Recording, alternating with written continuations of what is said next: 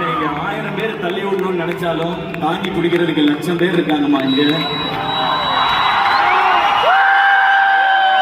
எனக்கு இந்த கார் வாங்கினப்ப, வீடு வாங்கினப்ப அப்பெல்லாம் நம்ம நல்லா இருக்கோம், வசதியா இருக்கும்னு தான் தோணுச்சு. ஆனா இந்த செகண்ட் இன்னைக்கு இங்க நம்ம ஜெயிச்சிட்டோம்னு தோணுது.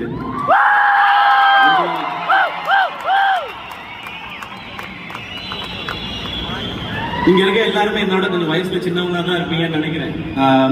உங்களுக்கும் என்ன மாதிரி நிறைய கனவு, ஆசை, லட்சியம், ஜெயிக்கணும்ன்ற வெறி எல்லாமே இருக்கும். அதனால உங்ககிட்ட இதை சொல்லணும்னு நினைக்கிறேன். நம்ம இந்த மாதிரி கனவு, லட்சியம் எல்லாம் வச்சிருக்கும் போது சுத்தி நிறைய பேர் சொல்லிக்கிட்டே இருப்பாங்க, உனக்கு எதுக்குடா இந்த தேவையில்லாத வேலை, நீ என்ன பெரியவனா, நீ என்ன ஹீரோவான்னு கேட்பாங்க. நீங்க எல்லாரும் சொல்லுங்க, ஆமாடா நான் ஹீரோ தான். நான் தான் ஹீரோ, என் கல்வியை நான் தான் முடிவு பண்ணுவேன்னு சொல்லிட்டு போயிட்டே இருங்க. நம்மள மாதிரி தனியா வர்றவங்களுக்கு உழைப்பும் கனவும் தான் பேக்ரவுண்ட். அந்த கிரவுண்ட்ல நம்ம ஆடுறது தான் கேம், நம்ம அடிக்கிறது தான் சிக்ஸ்.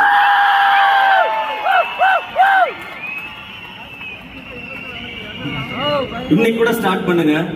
டே 1 இந்த உலகம் நீங்க யாரோன்னு சொல்லும். ஒன் டே நீங்க யாருன்னு இந்த உலகமே சொல்லும்.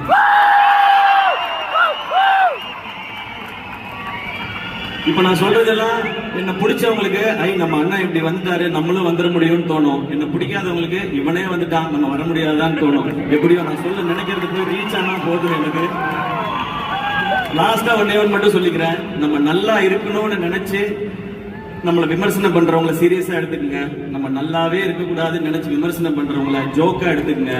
தீஸ் கைஸ் ஆர் ஃபன்னி கைஸ்யா அப்படின்னு போயிட்டே இருங்க. ஓகேயா?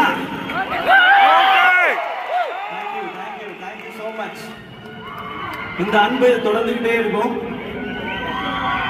வேற என்ன சொல்லணும்னு எனக்கு தெரியல. Thank you, love you all.